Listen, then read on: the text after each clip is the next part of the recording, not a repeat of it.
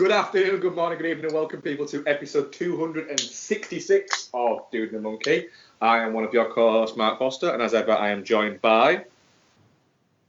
I'll go first. Becky. Hi, everyone. Ian, hello. Hi. And we will be joined by Noel soon once he sorts out Skype issues, because obviously it's a comic book movie, so we need to have our comic book correspondent on the show to talk us through the deep and tangled bits of this and to find out whether or not this is another one of those films that he hates. So are we ruling out the fact that he might just be nothing? Not yet. No, I am, because he messaged me like 5 minutes ago saying that he was downloading Skype. So we have a review of Ant-Man and the Wasp. We also we can reveal the winner of the first retro review poll. Well, second, it's fine by me.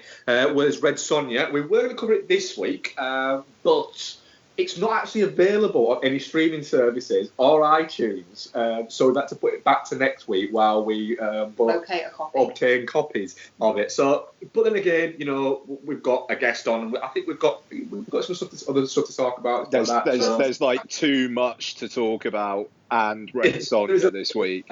Yeah. The idea with the retro review thing is we're going to kind of pare down a little bit what we've been watching. We're still going to talk about it, but for instance, today, one of the films that I've got, we don't need to go into too much detail on all of the films because some of them are repeat watches and things like that. Yeah. But there is some news bits that we'll get into. There's not that many trailers, I don't think, so we can get to those at some point. Can I ask Noel a question to start things off? Yes, you should. Go for it. Hey, Noel, can you hear me? Okay. Hey. So, with the Academy announcing some stuff today, what's your best unpopular film of the year so far? Best unpopular film of the year so far? So they're saying that there's going to be an achievement in popular film. So what would win the achievement in unpopular film for you?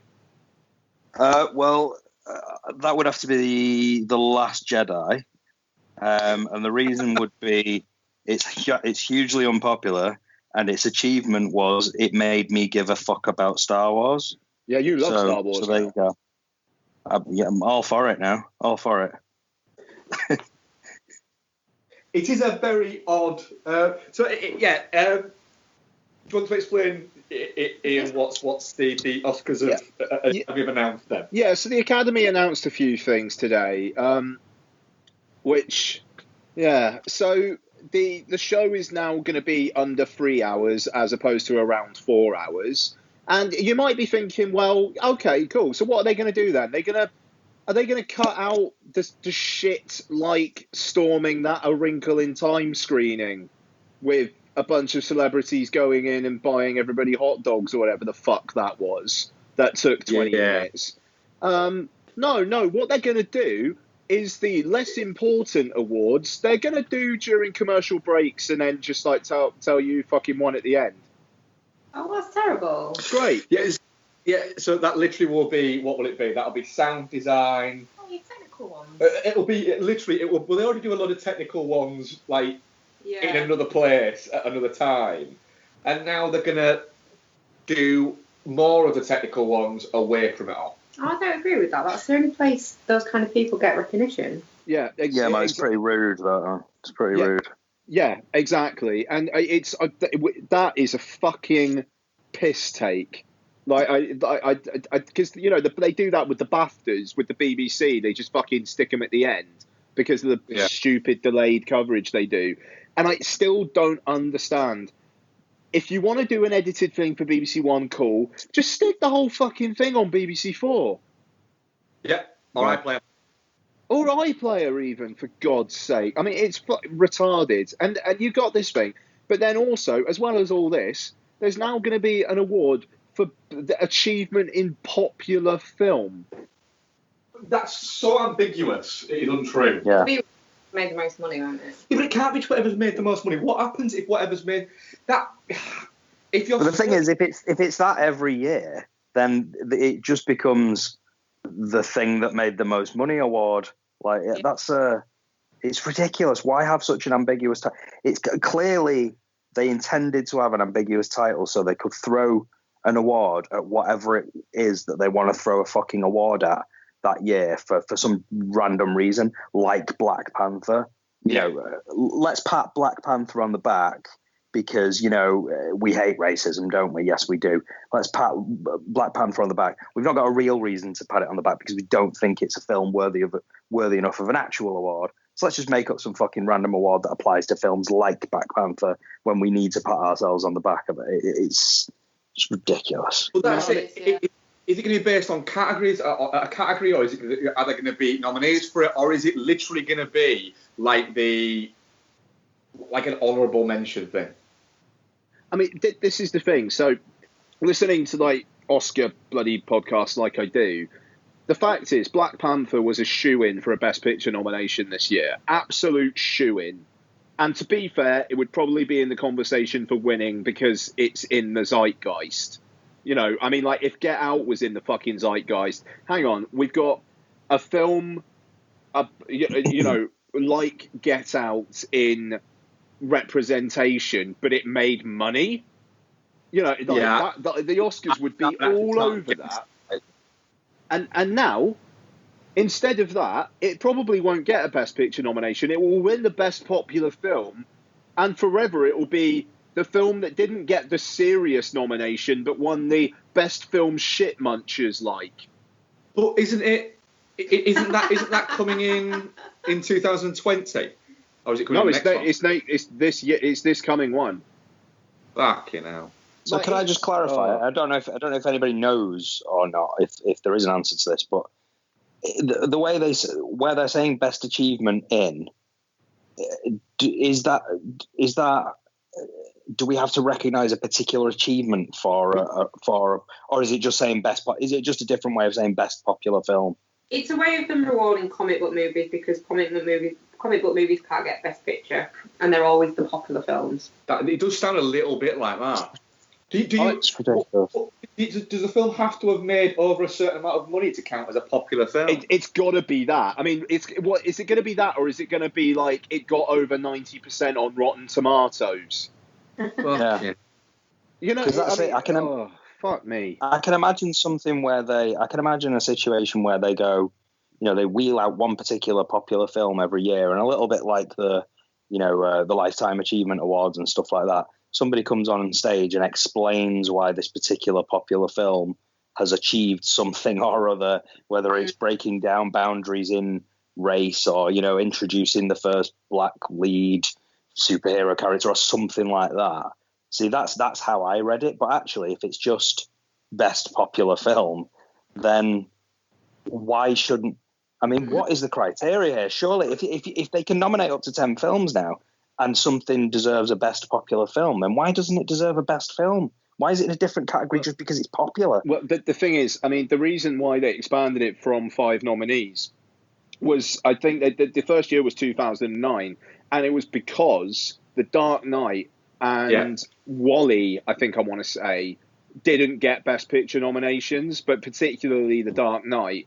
And people were basically saying, right, the only way we're going to get the films that people go to see and so will actually watch the Oscars for to get these things is to expand it out. And all that happened there was more films that would generally get Oscar attention got included in that pile. Yeah. You know, I mean, that's the thing. I mean, The Dark Knight, to be fair, let's call it what it is. The Dark Knight was a fucking aberration because it was a comic book film directed by a serious filmmaker which took the genre and turned it into something else. And I think that the Oscar worthiness of Black Panther can be discussed. But I don't think there's been a single comic book film since The Dark Knight that's quite had that thing that has pushed it over that particular edge. The Dark Knight was and bear in mind, I'm not trying to diminish comic book movies or anything like that, so they're not proper movies or anything like that. The Dark Knight was a crime movie that happened to feature comic book characters. Yeah. Is what I would say. The comic book element of it was the graphic novel element or anything like that was essentially was the starting point, and then they built everything else around that. Whereas things like it's a movie about a psychopath that happens to have Batman in it. Yeah. Whereas Black Panther is just using that, because we're using that as an example within this discussion, is a full-blown comic book movie. There's no one's a better medium than the other, no one's a better genre or anything like that, but they are quite different. But then, like you said, there are merits to an idea. For instance, there's an idea that, last year I thought Civil War was a fantastic movie. Not just a fantastic comic book movie, it was a fantastic movie. And yet it does seem a little bit like, no matter how good any of these movies are going to get, and we're going to say the Marvel movies, and we'll throw in DC just to throw them a bone and to acknowledge that Noel loved Justice League. With those, it's like, no matter how good they are, no matter how 9.5, 10 out of 10, 100% on Rotten Tomatoes they are, they're never going to get nominated for a Best Picture because they're a comic book movie. Their rate of currency isn't to get nominated for awards or anything like that. It's to make a shitload of money. And that's the bit that's a little bit wrong. But then to throw in this new category where, as we said, they've left it very ambiguous in the way that what they're going to do, and they'll probably give it to Black Panther and say that it's to reward, like you said, diversity in cinema, or to bring blah, blah, blah, and they'll come up with some kind of It may reason. as well be called the Black Panther Award for being Black Panther. It's so fucking brazen. And I mean, like, I'm not saying Black Panther doesn't deserve attention, but it's just, it's so obviously because of Black Panther that it's fucking fascinating. I mean, what the fuck else is going to get nominated? They just nominate it. Infinity War. If there's 10 out there films, there'll be one that you look at and you can go, do you know what? We don't have to nominate that Tom Hanks movie this year, so we'll just fucking throw in Black Panther. Or there's an argument to say that Black Panther deserves to get nominated. It depends. The thing is, it depends what your definition of Oscar worthy is. The Marvel movies. Do you know what? Yeah, some of them are a bit shit, but a lot of them are very good. Infinity War was very, very good. It was all right. Sorry. You can't just pick things on saying that it has to be worthy because it has a message, or it has to be worthy because it has blah. Cinema is, by its definition, an entertainment industry, and Black Panther and the Avengers Infinity War, and Mamma Mia, very good example there. Mamma Mia, fantastic example. There, they entertain people to a phenomenal level. So I agree, and I think what they've done is doing that. It's going to be like a consolation prize, though, isn't it? Whatever way they do it. I was just going to say, I think increasingly, cinema and film in general is becoming more of a popularity contest anyway. Yeah. Because the whole of Hollywood gears itself up for, we're only going to fund things that we know are going to make money. We're only going to fund things that we know people like. We're going to focus group the shit out of things. And we're going to take on board all the comments and criticisms that we get for different things.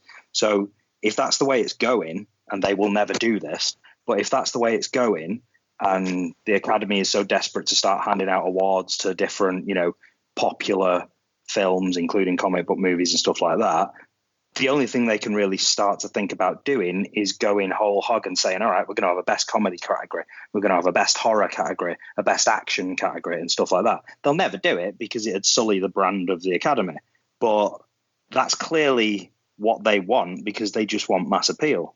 This is sullying the brand, though. Like, it's the kind of thing that might get it its highest ratings in a number of years, but it's the kind of thing that just I think it tarnishes it, and that, like, whatever gets nominated for Best Picture now, I don't know. It's like, right, you're an unpopular film. Well done. Yeah. It just is such a fucking weird term. Well, what happens if 1 year we get it doesn't have to be a superhero movie, it probably won't be a superhero movie. What happens if we get an incredibly popular film that's also a really just great film? You mean like that just won What Is It, which was incredibly popular. And was that's it. A solid movie. How, and it are they going to start splitting it down now? I mean, that's... Would that have won it if that category was there now? No. The thing is, we could be seeing The Meg get a nomination for Best Popular Film. I just want to say, so maybe I should take everything back. You're saying that you don't think it's going to get a nomination for Best Picture? I'm fair. It's a strong field this year, Mark. I'm not entirely sure it's going to make it. Well, that's fucking bullshit. Why not bring out Best Trailer? Should be a Best Trailer category. Best Trailer would be the Mission Impossible one. All right, it would be the Mission Impossible. Yeah, right. Best Trailer one would be the Mission Impossible one, because I'd write to the Academy and go, could you form an award that's called Best Trailer and just give it to Mission Impossible so my wife stops shouting at me about it? It's a trailer. It's really to watch it again. It's really popular. I'll tell you what, that's a segue, innit? Unless anyone's got anything to add. Nope. Segue is that into trailers. What trailers have we been watching, guys? What, did you talk about Venom last week? We did, but you're welcome to talk about it again, bud. Oh, okay. No, I've not listened to the latest episode yet. So, yeah, I saw that because I was away when it came out. The new Venom trailer. They've managed to. I just heard the very first teaser trailer that didn't have Venom in it made me sort of go, oh yeah, I'm not really sure about this. And then the second trailer they brought out, which did have a brief moment of Venom in it, made me sort of reassess and go, oh, okay, all right, let's see how this is going. And now I'm just like, what the fuck are they trying to pull here? Like, this is, I don't know. I mean, obviously I'll watch it. I'll be there first day, but yeah, it just looks kind of messy and dark, and I'm not keen on that humor. The line where he's kind of listing the body part, he's like says the liver, the pancreas, the heart, so many snacks and so little time or something like that. It's just a bit like it's stuff like that makes me remember how shit a character Venom is, and how shit and 90s all those symbiote characters really were. Like, they're not very good characters. I'm not sure why people get so excited about them. I think the memory of the artwork, particularly, people like Todd McFarlane drawing Venom and stuff like that, the memory of the artwork is one thing, and I think we look at it nostalgically, but actually, is there really enough in a character like Venom and Carnage? And I believe the bad guy in this one is, what's it called? Riot, which most people won't even fucking know who Riot is. I mean, I don't think I've ever read anything with Riot in. It's the most generic of all the symbiotes. So I don't know why. I kind of don't know why they're bothering, really. I mean, it's Sony. They've got to do fucking something, haven't they? It does seem a little bit like they've gone, fuck it, people might watch it. And that is as far as it got, where they went, right, what characters have we got left that are comic book characters? We've got Venom. Yeah. All right, cool. Fuck it, someone might watch it. Yeah. Cool. They sat there and they went, well, Noel will turn up, so we'll do that. Yeah. Will it be good? It is shit.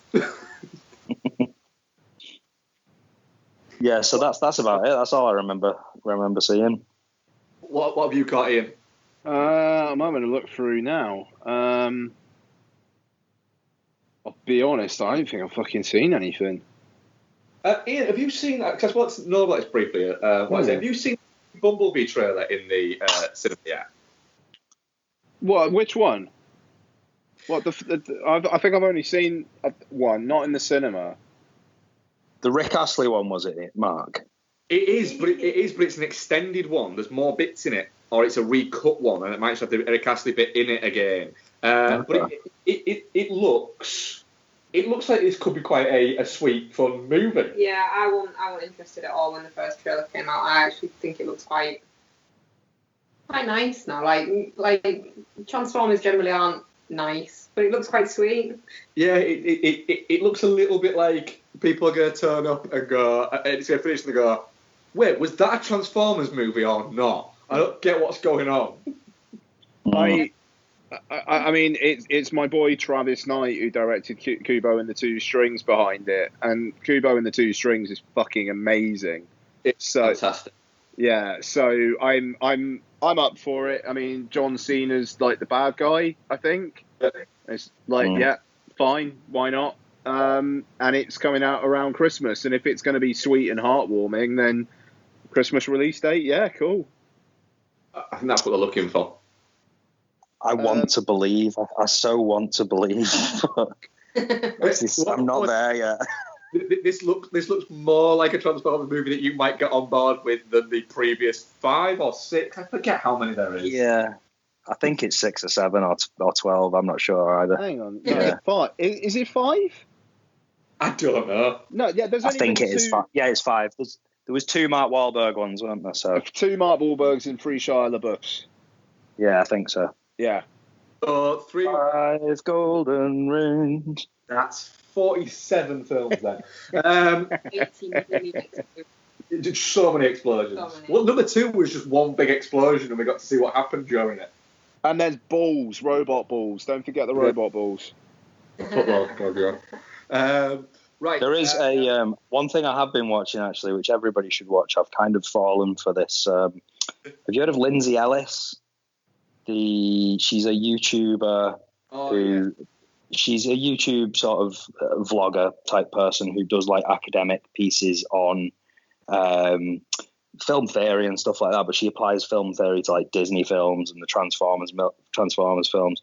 She's done quite a few on the Transformers films. So she did like 6 sort of general ones, I think it is, on the Transformers movies, and then the sort of breakdowns of feminism in Transformers movies and all, and sort of all that type of thing. That series of videos that she's produced is far more interesting than anything that happens in any of those films themselves. If anybody hasn't seen a Transformers movie and they're thinking about wasting 2.5 hours of their life, I'd just say, no, just go and watch these 6 videos. That'll take up an hour of your life, and it's a much more rich and rewarding experience. Cool. I'm actually going to give those a go now, actually. What else have we got next? Well, before we get into the ones we've watched recently, we saw the Winnie the Pooh trailer. I haven't seen that before. Oh, yeah. Christopher Robin. Oh my god. Yeah. I'm gonna fucking die. I just. What the fuck? Why is nothing brightly coloured in that? Why? Because the world's miserable, Rebecca. I don't get who that's trying to appeal to. Me. Do you know what it's trying to appeal? It's trying to appeal to Ian. Do you think that was good? Fucking, I'm gonna cry. It appeals to Ian. So Ian wants to see it. Ian and 47-year-old women who still live with their parents. Yeah. That's what it appeals to. Yeah, that's who I identify as. It's not. It doesn't look child friendly.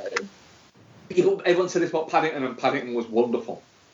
But Paddington in the trailers made it look fun. This doesn't make anything look fun. But that's because Winnie the Pooh isn't fucking fun. Oh, yeah, Winnie the Pooh is the least fun Disney character. Yeah. Yeah. Fair point. The only fun thing about it is the fact that it's been banned in China because the Chinese Prime Minister doesn't like the fact that people keep on comparing it to Winnie the Pooh. He does look quite a lot like. He does look quite a lot like Winnie the Pooh. But yeah. So what else have we got? The Nutcracker and the Four Realms. Right. I don't get how that's Keira Knightley. It's Julianne fucking Moore. No, in the film it's very much Keira Knightley. In the poster, it's Julianne Moore. In the poster, it does have a whiff of Julianne Moore about it, but in the trailer, and then what is it? But then again, it's November release. You know, getting a little bit cold, starting to get into Christmas. I'm very much up for this. I think they should have done it closer to Christmas, though. They should have done it close to Christmas, but then they've got that fucking Grindelwald bollocks, haven't they? Yeah, but at Christmas. Oh, no. Yeah. No, I think. Go on. Sorry. Go on. No, go on. It looks magical and like the kind of film that you'd like to. It's the fucking Nutcracker. Yeah, well, but it looks like it's been quite well done. Yeah, no, that's what I'm saying. It's the Nutcracker. It should be released Christmas. It should be released at Christmas. Yeah. Dropped a ball there, but yeah, I'll definitely watch that. Bit of whimsy. Yeah, I'm all for that. I'm all about the whimsy. And then lacking whimsy entirely is Return for Lizzie. Yeah. Or as I've termed it, Lizzie Borden. Lizzie Borden. What's this? What's this now? It's a Lizzie Borden movie, but Lizzie Borden is played by Chloe Sevigny, and the housemaid is played by Kirsten Stewart, and they have a relationship. Oh, fucking, yes. That just sounds insufferable. My wonderful punnery of Lizzie Borden. Lizzie Borden, yeah, fucking bollocks. And see what I get. Is this the same Lizzie?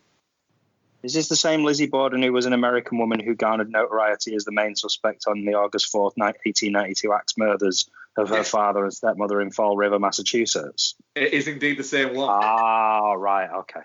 Yeah. But in this she's a lesbian. Well, maybe she was. Maybe there's new knowledge that was white. Yeah, it's yeah,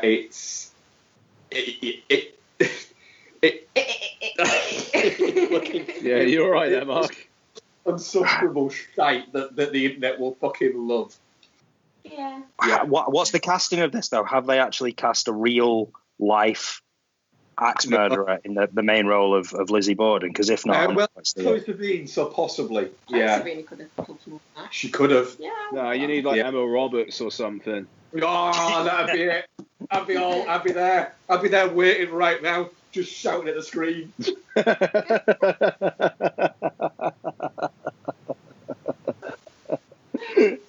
Oh dear. God bless that small little mad bitch. Yeah, you see, I can't understand why you won't get on board with like the American Horror Story ones that she's in, because she's so Emma Roberts in those. I'd be fine with that, but it's all the other bits. What's the bits of her in? Is Zachary Quinto in them?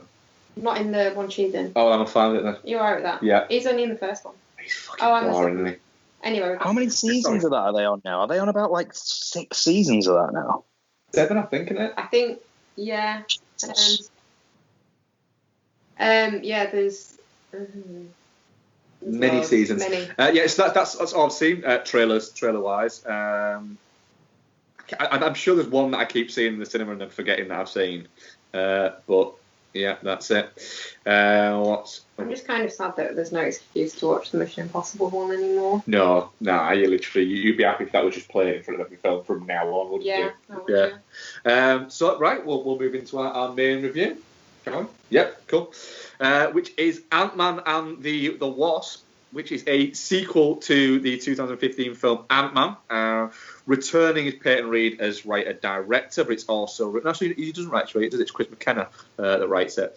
And we've also got Paul Rudd is returning, Evangeline Lilly, Michael Caine is back, Bobby Cannavale's back, Judy Greer is back, Michael Douglas is back, but they've brought along with them this time Walton Goggins, which I bet you loved on that one, didn't you know? Wally Goggs, yeah. Wally Goggs, I like that. Michelle Pfeiffer and Lawrence Fishburne. What I found amusing before we get into the plot of this is that apparently when Michael Douglas got sent the script, he had to ring Peyton Reed and say, "What's going on?" because he hadn't seen any of the Avengers movies since it, so didn't realise that the suit had been stolen. Oh, right, so he didn't realise what had happened. He hadn't seen, Yeah. Oh, that's really funny. Peyton Reed then said to him, "Well, have you not seen the movies?" And he just went, "No, I've not." I'm Michael Douglas. Of course I haven't. I read something with him that he was saying some interview, and he was saying that he tried to talk to his dad about it, and his dad was just like, "What? Yeah. What is this? What were you talking about?" The same interview, and I promise we'll get into the film in a second, but I thought this was quite amusing. The same interview, which I think was in Rolling Stone, I think it was, and the guy who interviewed him said that he turned up and they were meeting in London, and it was really warm, and so he said that he was wearing just a shirt. Did you read the same interview? Mm-hmm. He was wearing a shirt and a pair of just chinos. And then he was hit by this idea of, oh my God, I'm about to meet Michael Douglas and I'm dressed quite casually. He said, they thought, oh, it's good because Michael Douglas has turned up and he's wearing pretty much the same. Apparently Michael Douglas's first thing he said to him was, he stood up, shook his hand and said, "I'm glad you didn't dress up for me." Oh, shit. It's the most passive-aggressive thing. And you thought, that is so perfectly Michael Douglas. It's like saying, it's okay, I'm allowed to dress like this, but, could have made an effort. Yeah. Oh, you'd feel 3 inches tall if Michael Douglas said that to you. Christ. Because you can hear it in his voice, because you can imagine he has such a withering take now. It's fantastic. So anyway, the film opens with what's her name? Michelle Pfeiffer. Janet. Opens with her in 1987. Looking all Michelle Pfeiffer-y. Looking all Pfeiffer-y, and that's how we see her getting spun into the quantum realm and getting lost, and then it brings us back to, I think it's 3 days before Scott is supposed to have his ankle monitor taken off. Correct. And we'll get into more plot bits, because there's a lot of plot bits, but we can get into it as we talk about it. Plus, everyone's fucking seen it now. True. Noel, what did you think of Ant-Man the Wasp? Yeah, it's not the most exciting response, I don't think, but I think I expected the film to be a solid sequel to another film that was quite solid, and I expected it to be pretty funny and pretty enjoyable and a bit of a caper, and I expected it to be a palate cleanser after the grandeur and madness of Infinity War, and that's exactly what it was. I don't think it was quite as funny as the last one. I don't think it wasn't that the jokes didn't land. I think it was just, it felt like there were less of them. Maybe that's due to the fact that there was a bit less Michael Pena in there, and those characters weren't quite used as centrally, because obviously they had to focus on the Wasp and the quantum realm and all that type of thing. So yeah, all in all, I enjoyed it. It was really solid. I won't rush to watch it again, but of course I will watch it again at some point. It's not the most memorable Marvel film either. It's just solid mid-tier Marvel, I think. Yeah, what we should actually mention with the plot is that the Wasp, Hope, it's Hope, isn't it? Yeah. Hope and Hank Pym are trying to build a gateway through to the quantum realm to get Janet back, because she's formed some kind of bond with Scott when he was in the quantum realm, and has managed to send a message through that. So she's buying pieces of that off Bolton Goggins, but at the same time, there's also this weird ghosty creature that's fucking flitting about and stealing bits to try and make her own bit for it as well. Well, she just wants to stop phasing, doesn't she? Yes, but I think we'll get to that. What did you think of it, Ian? Yeah, it was good. I had, on Letterboxd ranking, I think as good a time with it as I had with Infinity War, but it was a good half hour shorter. So, this Ant-Man and the Wasp is better than Infinity War. Not rising to it. Sorry. Nothing's as good as Justice League, Noel. Nothing's as good as Justice League. Thank you. No, I mean, it's fun, it's throwaway. I remember absolutely fuck all about it, apart from big car, small car, which I quite enjoyed. It sounds like I'm damning that, and I'm not. I enjoyed that stuff. I was bothered throughout the whole... Sorry? Go. My favourite line in the whole actual movie is man, that undercarriage is filthy. Yeah. That literally killed me. Yeah, after our Pena bashing the other day, I think he's redeemed himself in this. Yeah. Sorry. I enjoyed that they actually set that up as well earlier on, and then kind of paid it off. That was good. Big car, small car. Fuck, I've forgotten. Never mind. Sorry about that. I thought it was funny that so much of the plot revolved around, because I remember when the first trailer for it dropped, and there was that whole sort of discussion around how the fuck does that building work. No, that's what I was going to say. Bothered me throughout the whole thing. Did anybody expect so much of throughout the whole thing? How does the plumbing work? Sorry, Noel. See, how does the plumbing work? It bothered me less because I think it bothered me less because I think I saw that building as not really being a real building. It was just a place for all the stuff to be. So I think in the trailer it made it look like it was an office block of some description, a disused office block or something like that. Whereas in the film, it felt very much like something that he'd made specifically for this purpose. I want a deleted scene where they have to take a shit somewhere else because there's no plumbing. Yeah. I think given all they've maybe got a chemical toilet in there. Yeah, I would say it's chemical toilets. Well, without being too pedantic as well, I think, obviously it needed electricity, so I'm not sure where the electricity was coming from. They didn't carry a mini generator around with them or something. Or they've nicked some kind of Stark, technology that has some kind of generator. Got a mini arc reactor in there or something. Maybe. That's what we'll say. Because what I would also say there is, are they actual Matchbox cars just made bigger? Because if they are, they don't have working parts in them. No, they're not, man. He just made normal cars smaller. But then why would he make that one with all the flames and shit on it? Why would he use that one? Why would you not? Well, the reason that they included yes, Becky. Why would you not? The reason that they included that one is because I think that actually is a Hot Wheels car in the real world. So they wanted that visual reference. But by doing that, they've just confused it. And it's like, well, is it a car or is it a Hot Wheels car? What is it? So, confusing. Doesn't really feel like the type of car that Hank Pym would buy and then shrink down. So, or you even don't steal. Know Hank Pym.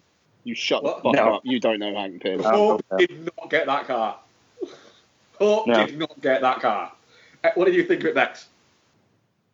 Do you know what? I really enjoyed it. It was fun. It was nice and refreshing that it was so low stakes after the more recent Marvel movies. Obviously, leading into Infinity War, everything was and this was just like doo-ba-doo-ba-doo. And I liked that. It was doo-ba-doo-ba-doo. Yep. It was good. Everyone was in it. Paul Rudd's good in everything. Michael Pena was funny.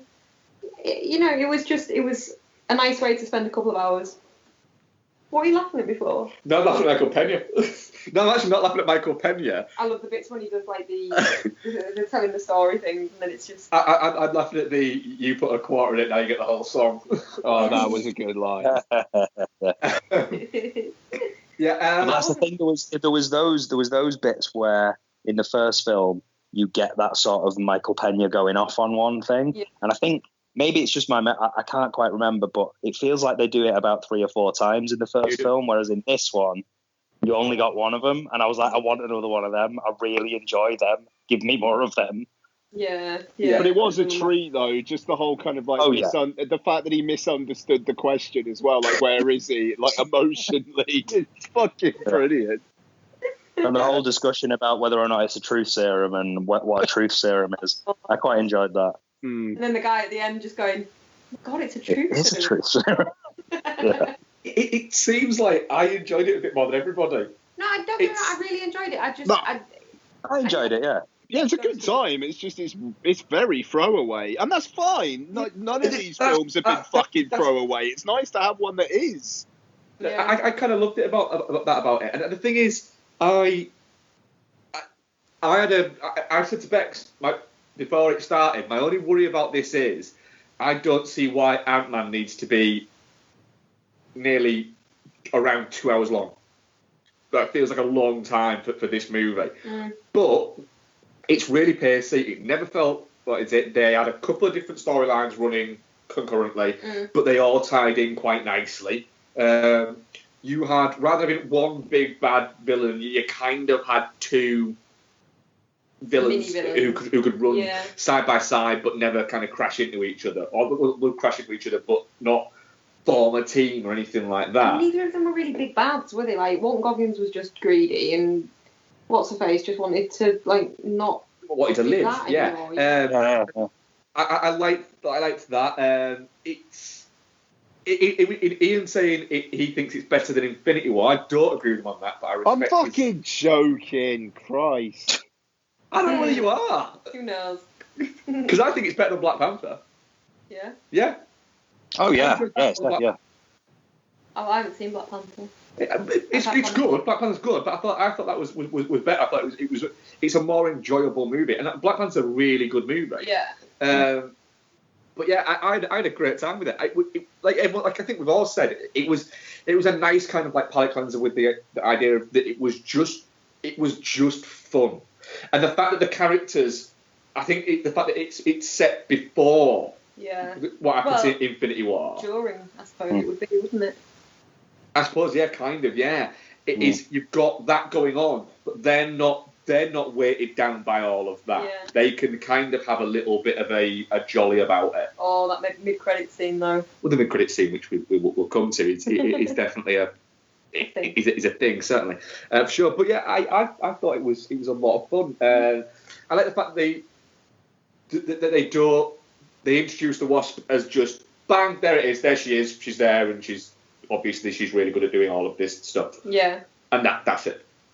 Yeah, well, she doesn't need the growth, really, does she? Because she's been training for this her whole life, but has been sort of. I mean, from the first film, she's the one who is ready for that challenge. She's ready, and Hank is basically like, no, I'm not putting you in that situation, and that's why he gets Scott Lang involved. So it makes sense that she, at the end of the last film, he said, he rewarded her with, no, I'm going to trust you, and here's the suit. So it makes sense that it'd just be bang straight in and let's crack on with it. We certainly didn't need it to be any kind of, we've had the origin. The origin was the last film. It was just that she wasn't, Hank didn't want to put her in the way of danger. The amusing line of, so you not have wings and all those kind of things when you're made man suit. But, well, yeah, It did seem that Hank Pym in these movies, this one in particular, he's a mean fucker, and he is a sort of real mean bastard. Yeah, he kind of is. He's a dickhead. And literally everybody points at him and goes, he's an arrogant prick. Can I ask a question, actually, that kind of bothered me? What? You know how the new suit's a prototype work in progress, blah, blah, blah, and it keeps breaking? Mm-hmm. But then he's got the old suit. Mm-hmm. Why doesn't he just use the old suit that doesn't keep breaking and making him child-sized? But that bit was funny. In the school. Because comic books. Yeah. Right, okay. you got to have a new suit. You just got to have a new suit. But don't they normally work? But why? Not in Iron Man. You can do things like this in Ant-Man that you can't do in Iron Man. You can't have Iron Man literally flying around talking to Cap, and then all of a sudden his suit just kicks out and he fucking falls down because he goes, oh, it's a prototype. No, but they did do that. That was my main problem with Iron Man 3 is they did that for 2 hours and 10 fucking minutes. They didn't give him a working suit throughout the whole film. So, that's what I'm saying. I think, and I've talked about this before, the hero getting a new suit, especially in Iron Man, has always been a thing. It's always been, and here's the new suit, and here's the new suit, and here's the new suit. And if you read Iron Man comics throughout the sort of 70s, 80s, 90s, that was, you'd have a storyline, and you'd wait for it. When's he going to get a new suit? So that's why I was so disappointed with Iron Man 3 is because they give him 1,000 new suits. None of them work. You see most of them for about 2 seconds at the end, and then he fucking destroys them all. So, yeah. Anyway, I digress. Yeah, that was the only bit that bothered me. Can I just say one thing that bothered me? Because it's a little bit like you were talking about the building. For me, right, Janet Van Dyne has been in the quantum realm for 20 years or something? How did you use a laptop like that? That's also true, yeah. Well, the thing that was bothering me more fundamentally, though, was where's she been sleeping and what's she been eating? Where's she been pooping, son? Yeah, exactly. Where's the plumber in the quantum realm? Maybe time's different in the quantum. It's not because she's still as old as. Okay. Maybe there's no digestive processes in the quantum realm. Maybe that's it. And she literally, that when she got back, she went, I need to go to the bathroom. And it's like, that's it. That's the 20 years It's gonna fucking messy in there. All she's been eating is little fucking bugs and stuff like that. What's she been drinking? Her own urine. You're taking this in a weird direction, though. Sorry. Walter Goggins admitting to various health misdemeanors in his restaurant. Yeah. He was really good in it, actually. Walton Goggins is really good in everything. Yeah, he is. Yeah, you can never go wrong with a bit of Wally Goggs, can you? Yeah. I could have taken a little bit more of him, but I think that the one thing with Walton Goggins is I really enjoy him saying darling, and I can't remember whether or not he says darling in this, but I feel like he might have done, and I kind of hope he does. Yeah, just the way Walton Goggins says darling to people is just the best thing. It makes me a bit moist. Why does Bobby Carnival just keep all Bobby Carnival does this? He say to Judy Greer, it does. They can actually, and then hugs people really aggressively. Yeah, that is such a weird character shift from the first one as well. It's like he's getting on with Scott by the end of the first one. Like there's a kind of like a mutual, yeah, you're all right.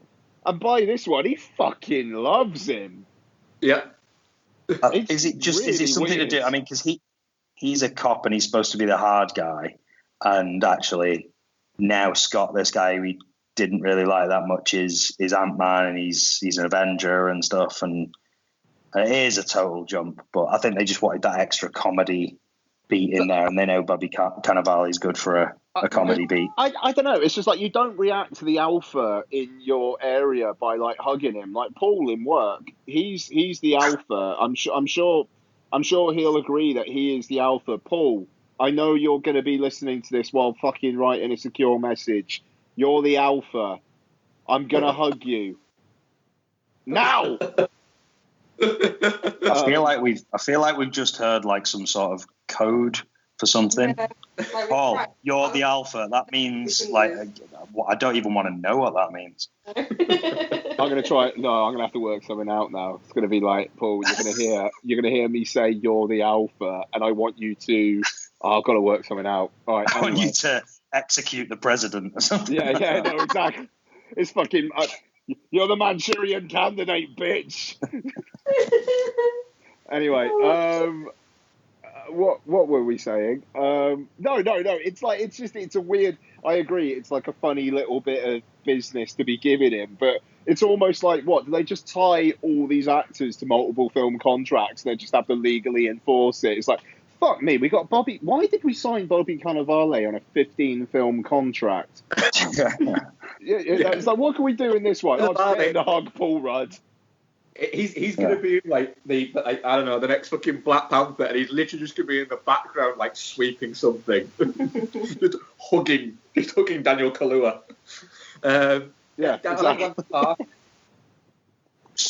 Exactly. Anna Park plays the FBI agent. Oh, he's funny. I do think though that because we'll get on the mid-credits sequence. I do think the final credits sequence it would have been a funnier gag.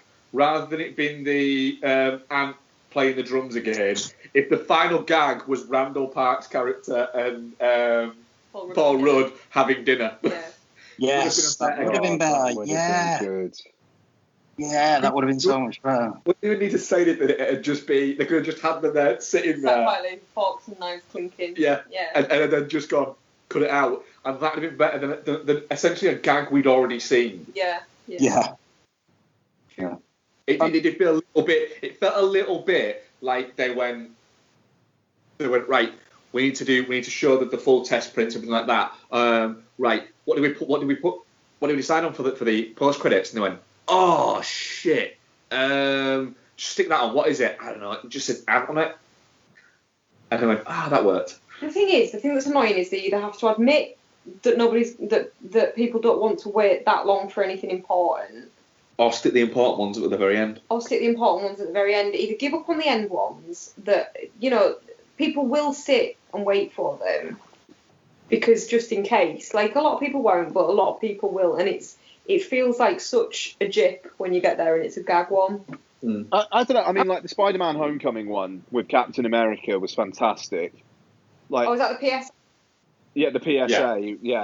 I mean, that was just... That almost feels like that should have been the last one ever. Yeah, because the thing is, like I said, the mid-credits one, it's fine, I get that. And then having the latest ones, it feels like they're not even trying anymore. Yeah. Like I wish they'd just go back to having one at the very end, one. I don't need a mid-credits one as well. Just give me one, And that way, we're not under pressure to have a gag one in there as well. I don't have to sit there waiting to, is it going to be a gag one? Is it going to be a real one? Just there's enough gags in Marvel movies as it is.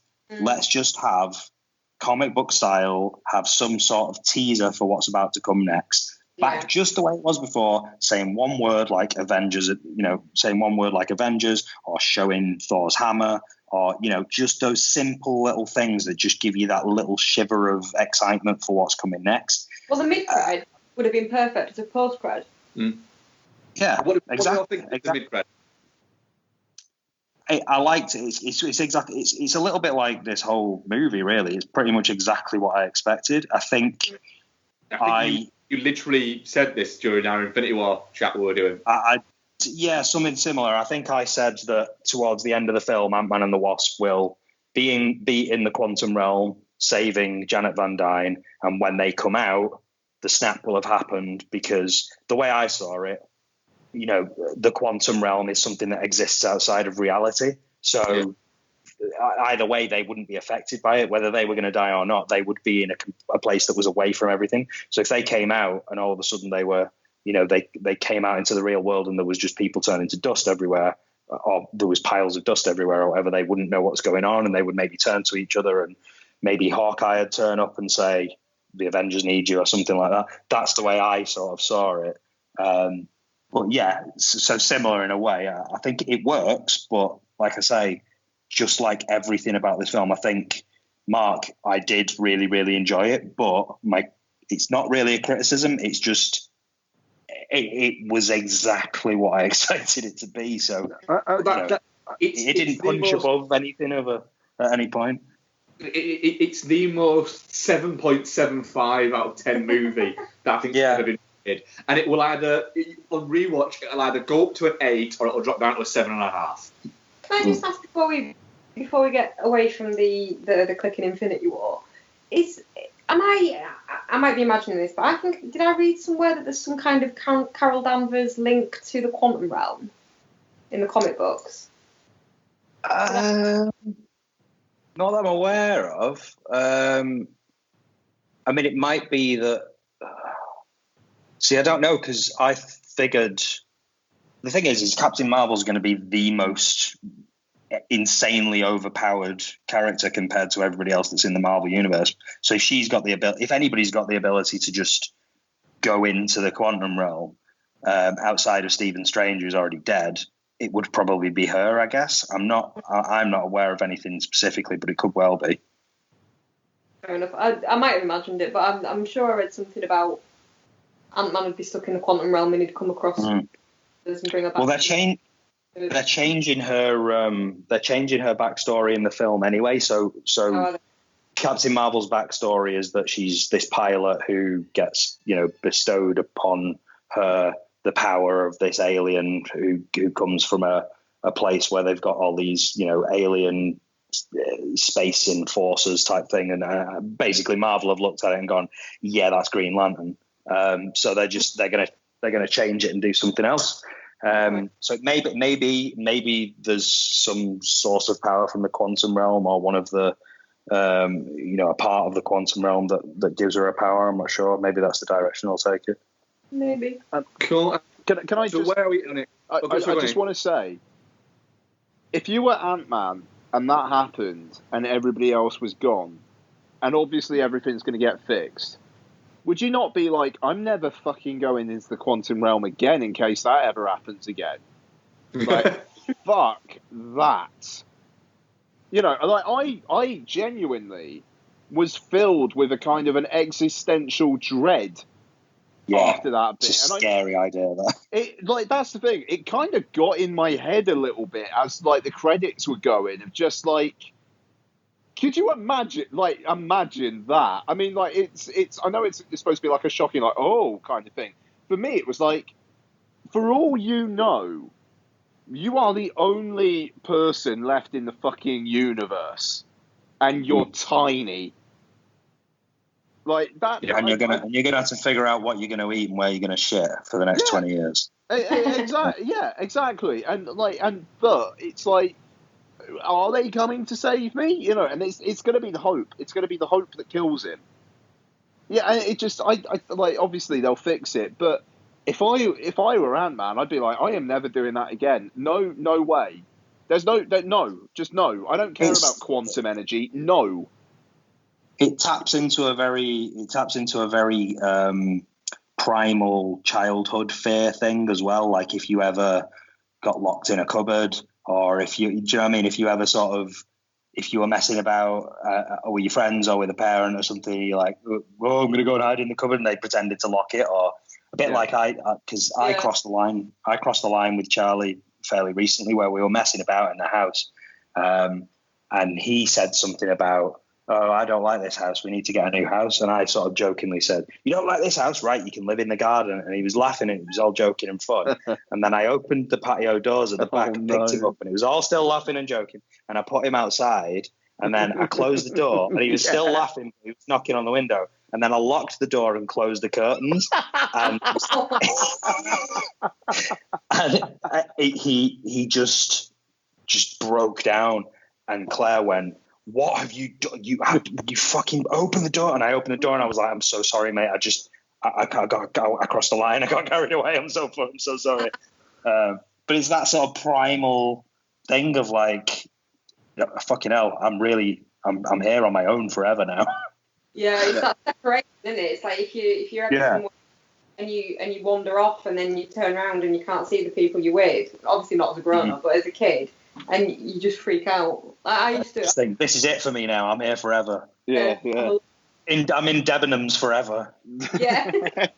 I used to get terrified about going to the public toilets because I always thought I'd get locked in and never get out again. I think no, they're just named the fucking Lost Smith's great song, Lost in Debenhams Forever. Yeah.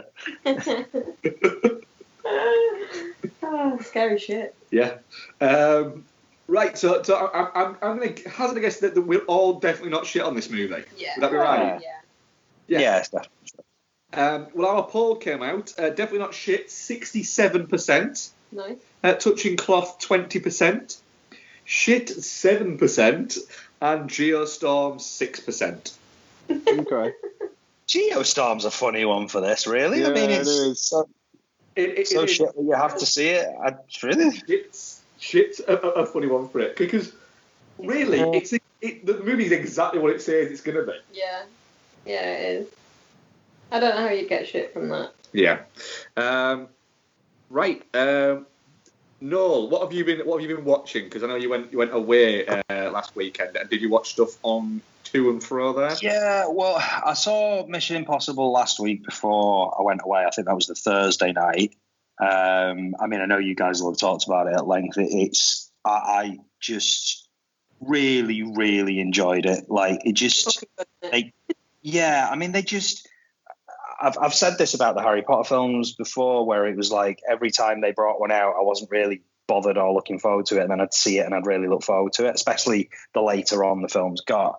And it's exactly the same with this. Like every time, he's been spotted hanging off an helicopter, or Tom Cruise again, sort of thing. There's another Mission Impossible, and I just forget how much I enjoy them when I'm watching them. So the decision to go and watch. The decision to go and watch Mission Impossible last Wednesday, I think it was, was purely based on Henry Cavill reloading his arm. I just woke up in the morning. I hadn't really thought about Mission Impossible, and I was flicking through Twitter or maybe it was Instagram, and there was the trailer was sort of playing on Instagram, and it was just that moment where he reloads his arms, and I was just like, oh, fuck, I really want to watch that. So I just thought, I'm going to go watch it tonight. And I'm so glad I did, because it was just a really classy, well-made, twisty, big film with loads of excellent set pieces and just, sincere, but also with comedy in there as well. Just if Tom Cruise just decided, I'm just going to do one of these every, 5 years, for the rest of his career and not bother doing anything else, that'd be fine. I'd be absolutely fine. And I think he'd get obviously his age is going to catch up on him eventually. But for as long as he can get away with making these, I will watch them. I don't think I would be saying the same thing if Jeremy Renner had taken over, as was suggested might happen at one point. But yeah, thoroughly enjoyable. Outside of that, a couple of plane watches. I rewatched Predator on the flight over to Malaga. Predator is, nobody needs to hear me talk about Predator, but it's just such a classic. It is Arnold Schwarzenegger's best film. I'm a huge Arnie fan, and for that reason alone, it's something that demands rewatching at least once a year. And I don't rewatch that much stuff, but I would easily rewatch Predator at least once a year. Still holds up as well. I think, yes, some of the effects you can tell that they are from the era that they're from, but generally speaking, it all holds up. So it's a great movie. And then on the way back, I knew that I wanted to watch something disposable to pass the time on the plane, just to distract me, because I'm not good at flying. I knew it wouldn't be too much of a problem on the way there because I'd be drunk, but I knew it'd be a problem on the way back because I'd be very, very sober and tired. So I watched Jay and Silent Bob. Shit, I forgot the name of it. Jay and Silent Bob Strike Back. Yeah. Fucking hell, that is some self-indulgence, isn't it? It's a long time since I've seen that, but good God, it was obviously self-indulgent at the time, but we were a lot closer to Kevin Smith's successful Viewer's Universe stuff. So it maybe felt slightly more justified. But in the world we live in now, and I love Kevin Smith as a person, I think he's, I have issues with some of his films. I love some of his films, but I think generally speaking, I like him. But good God, I mean, I was trying to think of films that are more self-indulgent than Jay and Silent Bob Strike Back, and the only one I could come up with was Michael Jackson's Moonwalker. In terms of pure self-indulgence. It is not. But yeah. 11-year-old me loved Moonwalker. Yeah, fucking right. I actually Turns into a car in Moonwalker. Exactly, but just because he can. Like the bit where he turns into a robot at the end is just for he doesn't really do anything. He just turns into a robot because Michael Jackson was off his tits. You sure that Jay and Silent Bob Strike Back is the highest budget movie that Kevin Smith's ever made as well? Really? Yeah, I'm pretty sure it is. Wow. You'd have thought Cop Out would have been or something. Yeah. I mean, it's the thing is I think if you want to check out one of this kind of movie from later on in Kevin Smith's career, I think you're probably better off with Clerks 2. And in hindsight, I probably would have watched Clerks 2. Because I still think Clerks 2 is great. Obviously, it's not as great as Clerks, but I still think it's fun, and Rosario Dawson's fun in it. It's just it feels like a good return to that world. Whereas this, I mean, the Bong humor, and also I've forgotten her name now.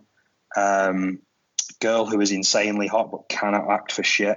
Eliza Dushku.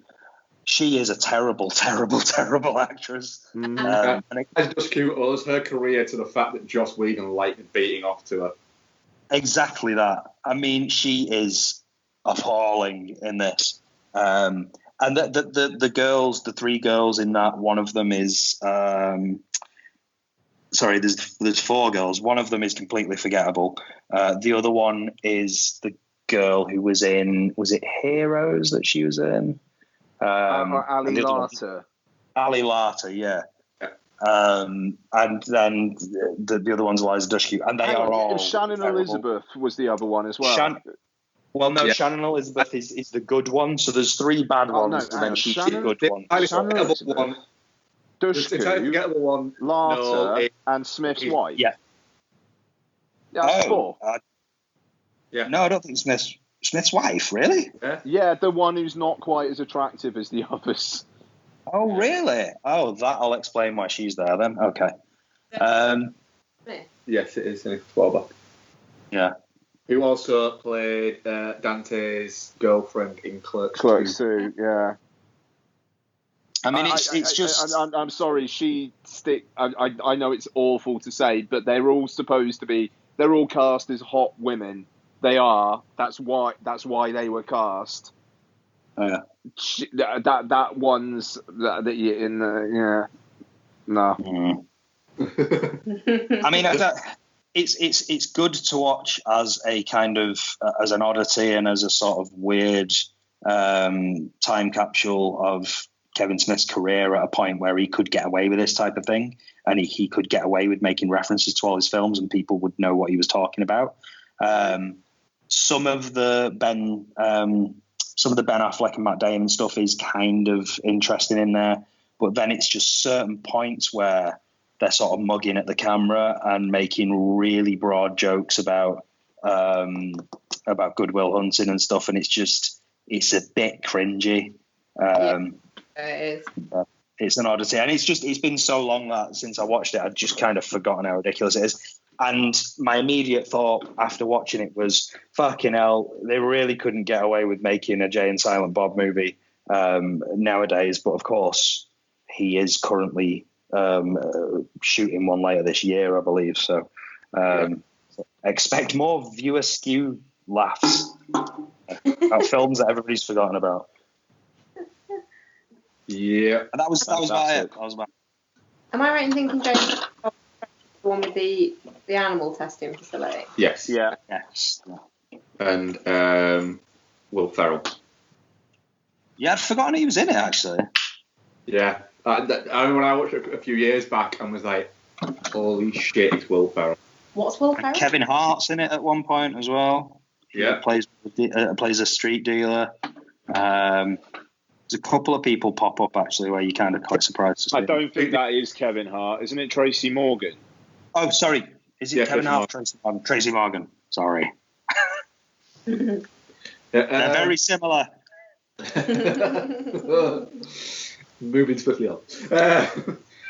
No, what have you been watching? No, Ian. Ian, what have you been watching? Actually, funnily enough, and it's one that you guys were watching as well, but I just want to say in terms of they look the same as Noel just kind of weirdly went down a weird rabbit hole that I think we need to forget about.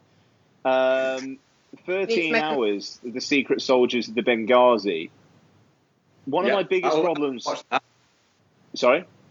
We didn't watch that. You watched that. Oh, did you just put that up? Right, okay. You put that up on the Instagram. Right, when you put that up on the Instagram, I thought it meant that you guys had watched it as well. So, never mind. I was just highlighting stuff that you'd watched as well. Okay. Okay. All right. Well, okay, fair enough. So, 13 Hours, Secret Soldiers, the Benghazi. Interested. Sorry? I'm very interested to hear what you're going to say about this one, actually. Yeah, so this is the Michael Bay film that he made between Transformers 6 and 752. And it's essentially... The reason why I say that, they look the same, is because these guys are so just sweaty and beardy that I genuinely thought 3 characters were one guy. Is that James Badgedale, John Krasinski, and somebody else? No, it was James Badgedale and another guy and another one of their mates. Like, honestly, I thought throughout the entire film they were the same guy, and then at the end when it kind of came up with this was this person and this is what they did make stuff, it was like, oh shit, they were separate people. So yeah, I mean, it probably wasn't helped by the fact that it was a bit of a treadmill watch, which is how Michael Bay, I'm sure, is how he wanted me to experience 13 Hours, watching it on an iPhone while running. So this is the story of some shit going down in Benghazi. Basically, it's a kind of a bunch of mercenaries who are... John Krasinski's kind of this covert ops mercenary guy who's brought into this secret CIA base, and there's like a siege on the base. It's like the Alamo or something, basically, and it's 2.5 hours long. Because it's Michael Bay. Yeah. Spends about the first half hour, 45 minutes, like just setting up characters And it is essentially, these are normal guys like you and me, and they've got wives and kids. And it's like, okay, so they're American human beings who play video games, have wives and kids, and why did I need to spend that amount of time on that?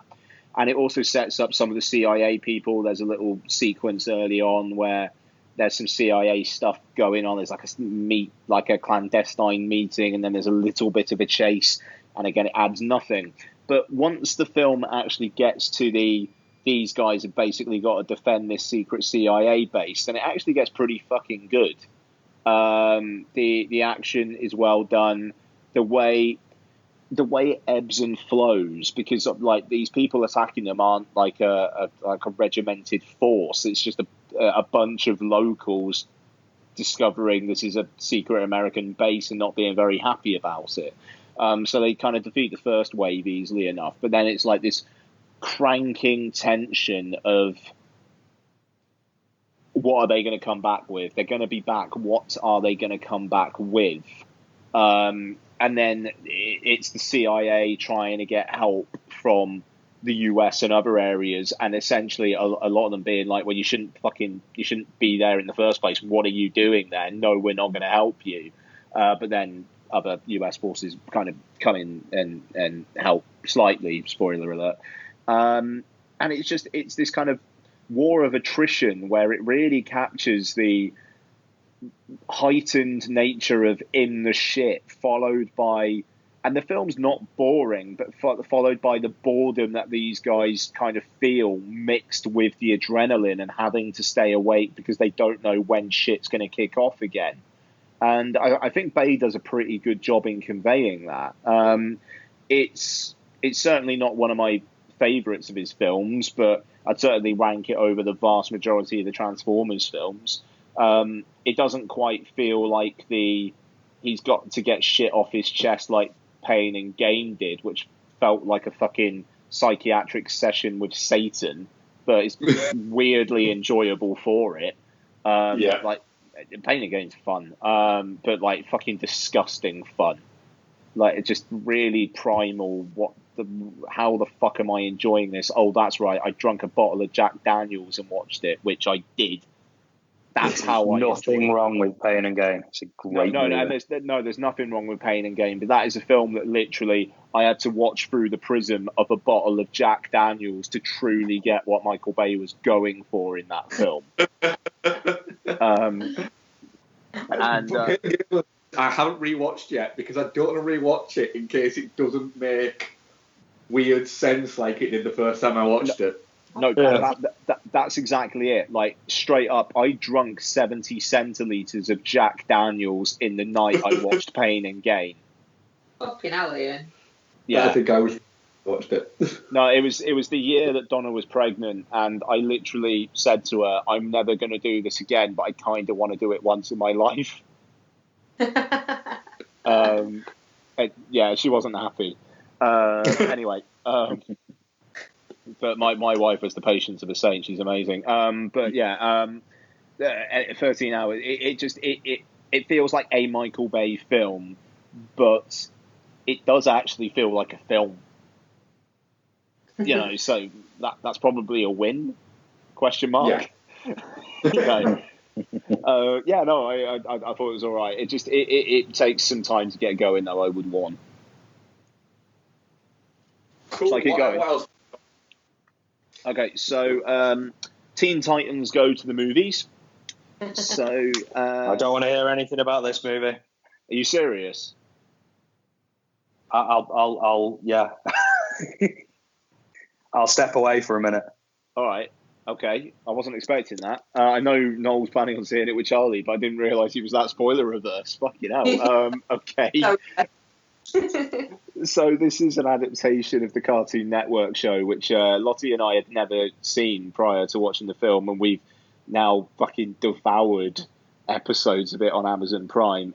So I don't really know what the origins of this is, but it's Robin of Batman and Robin is the leader, and he's got Cyborg, Beast Boy, Starfire, and Raven with him.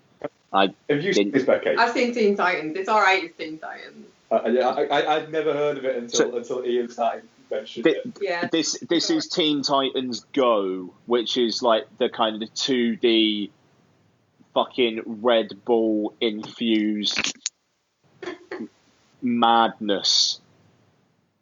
And then there's Teen Titans, which I think is a more kind of serious take. But essentially, the story, Robin wants his own movie. So in order to get his own movie, Superman, voiced by Nicolas Cage, tells him, well, you're a joke and you essentially need an arch nemesis. So Deathstroke, even though they never call him Deathstroke in this, it's just Slade, voiced by Will Arnett, comes into the picture. He and Robin decides he's going to be his arch enemy, and it kind of goes from there. If Noel's... No, he's still gone. Wow. All right. So, yeah, this is essentially the only way I could get as energetic as this film is if I had Red Bull intravenously injected into my veins while a fist made of cocaine punched me repeatedly. But it's really, really fun. It's really fun. It's kind of got a message, but it's a silly message. And at least it's got. But that's not what it's there for. I mean, it's just stupid madness, but like really, really fun, stupid madness. And then we watched some at home. And I put a thing up on my Instagram about this. There is an episode just called Waffles, which is one of the funniest fucking things I've ever seen.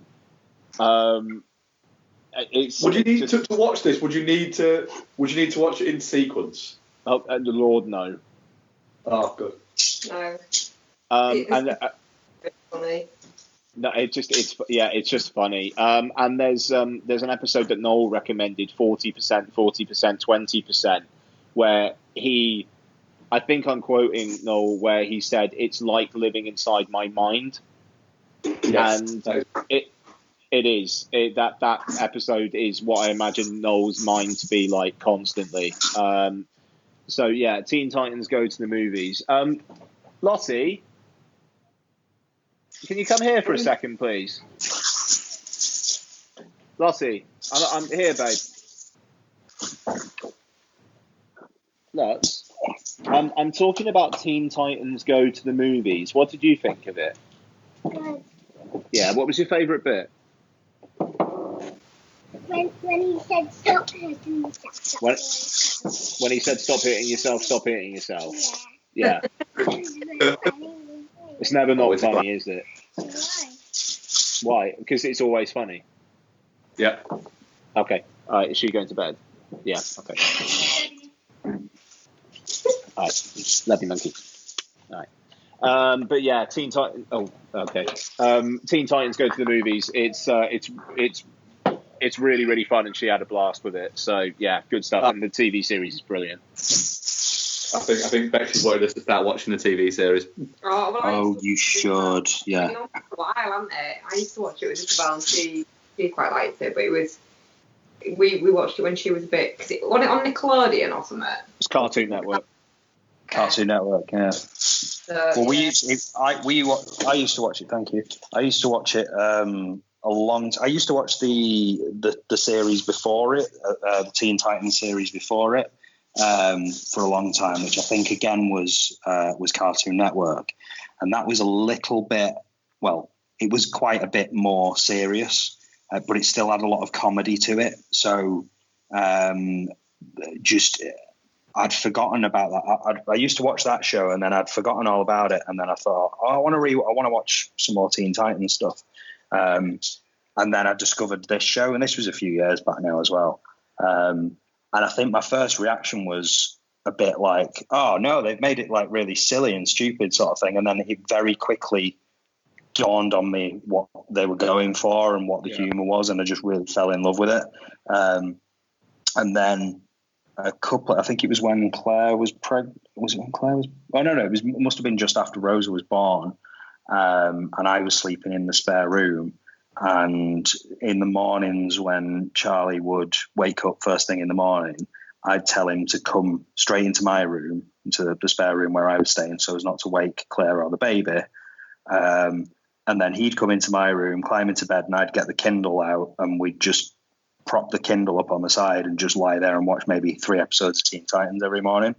So we got into this rhythm of doing it every day, and it's just one of those things that I feel like will just stay with me forever. Like just doing that every day and having that show. And I think just this year, knowing that this film was coming out, we've started watching Teen Titans a lot recently, especially now that, it's a week away. So we've just been absolutely caning episodes of it recently. And it's just for that reason and a bunch of other reasons, it's very, very high on my, probably the second most anticipated film of the year for me, this, behind Infinity War, just because I love the nuance of each of those characters as well. And you get that through the series, that just the gentle, the relationship between Beast Boy and Cyborg, and the relationship between Starfire and Robin, and how they all treat Robin, and how frustrated he is about certain things. And when Batman's introduced in brief fleeting moments, how Robin reacts to that, and it's so well done, that series. And just from the trailers, I see it and I just go, I cannot wait to just do this for an hour and a half and have them make jokes that Charlie can get on board with, but actually I'll get something more out of as well. Even just, Nicolas Cage voicing Superman, that is things like that. Just, that's a reference or a thing that I can sort of enjoy that Charlie won't even notice. So I'm hugely looking forward to this on Saturday. Yeah. I may go and take Lottie to see it again on Sunday. She's up for rewatching it, and that's fucking fine. That's great. We'll get it on Apple TV, and if she's just watching it on repeat, I'll sit there and watch it with her. It's just, I don't know. And I got just if anyone wants an insight into what I find funny when I'm really, really hungover, just the Waffles episode. Again, I know I've already mentioned it, but fucking, I thought I was going to fucking pass out. I was laughing so hard at one moment of that. Have you seen the sandwich episode as well, Ian? The one where they've got to make the ultimate sandwich. No, I haven't. It's excellent. Yeah, the ultimate sandwich, where they all have to go on a separate quest to find. Oh yeah, it's so good. So good. That sounds amazing. It's great stuff. Okay, and final thing for me, I'm pretty sure. Yeah. So I rewatched the Old Boy remake. I like that film. Yeah, so do I. It's all right, isn't it? It's fun. It's stupid. I mean, Sharlto Copley. I mean, what the fuck was he? What the fuck was he doing? That voice. Yeah, it's very, very odd. But I like Brolin. I like his commitment to being drunk and his commitment to being badass in various points of the film. I actually fair play. The fact that they actually did the "you fucked your daughter" bit. Spoiler alert, but fuck it. Well, I just said spoiler alert after the spoiler, and everybody's seen Old Boy. I like that they actually had the balls to keep that in there in the US remake. They could have gone somewhere different with that, and they didn't. I mean, the film as a whole is not as kind of fucked as Old Boy is, but it's still got that tang of what the fuck to it. And yeah, I think it looks really good as well. It's shot by Sean Bobbitt. I want to say he shot Shame, and I think he did Martha, Marcy, May, Marlene. And I like the look of the film. And overall, it is a completely unnecessary remake, and it is still weird that Spike Lee did it. It kind of feels like he just needed a studio gig at that point in his career. but I do not hate the Old Boy remake. I don't. I'm not gonna like go to this. I'm not gonna fucking die for it or anything. But yeah, I think it's a perfectly okay US remake, and that's me. Cool. Right, Bex, what have we been watching? We watched Doctor Strange. It was a rewatch for me, but a first watch for you, wasn't it, Bex? So I'll let you take that one. Yeah, well, I won't go into the plot because everyone's seen Doctor Strange, but I don't know why I don't see it. I want to do Doctor Strange before it came. Part of that is an aversion to Benedict Cumberbatch, and I'm kind of over that now. So it's on Sky Movies, and we've been in a bit of a Marvel place recently, haven't we? Because we've rewatched Ragnarok, and obviously we've been and seen Ant-Man The Wasp, and yeah, and I wanted to give it a go because obviously he's in Infinity War as a significant character. So yeah, I actually really enjoyed it. I enjoyed it a lot more than I expected to. Yeah, on a rewatch, I enjoyed it. It's too long, and it's one of the shortest Marvel movies. It is long, and it's not as funny as a lot of them are. No, weirdly, yeah, it's an odd one. I think it's a good introduction to the character, and I think the character will do a lot more. But it is a little bit. It did feel. I enjoyed it, but I never need to see it again. No, like that. Yeah, that's it. It's filled a gap in my watching that I wanted to fill, but again, it's not really one that's advancing the story, is it? You need to know who he is and how he's there and blah blah blah. But once you know it, you don't really need to re-see it. Yeah. Although the bit from the trailer with the cape where it comes and lands on him and goes around his neck, that looks really cool. Is really cool in the movie as well. So I'm quite pleased with that. That's fair. But yeah, enjoyed it. Didn't hate Benedict Cumberbatch's face. No. Win. Is a win. What else have we watched? So the other one, you can do the last two because they're a bit sort of they're a bit more your wheelhouse. We watched Ingrid Goes West.